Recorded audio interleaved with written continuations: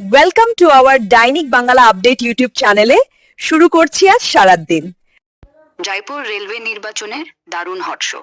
তার আজ জয়পুর রেলওয়ে নির্বাচন কোন নমে জনগণ পারফরমেন্সের মতো দায়ী হয়েছে রেলওয়ে নির্বাচন বিশিষ্ট কারিমে এরকম খবরগুলো।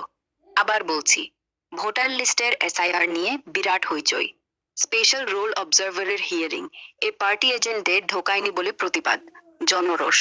নির্বাচন কমিশন আন্যাপ্যর ভোটারদের পার্সোনাল হিয়ারিং আপাতত শাসন পড়েছে। 2.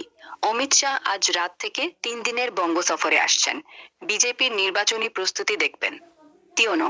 মমতা বন্দ্যোপাধ্যায় আজ নিউ টাউনের 77 একর জমিতে দুর্গা অঙ্গনের ভূমি পূজা করবেন। 4.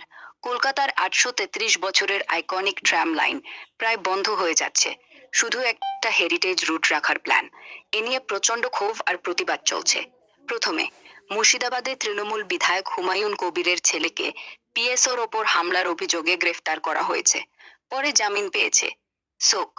উত্তরবঙ্গে কনকনে শীত, দক্ষিণবঙ্গে দুদিন পর একটু তাপমাত্রা বাড়বে।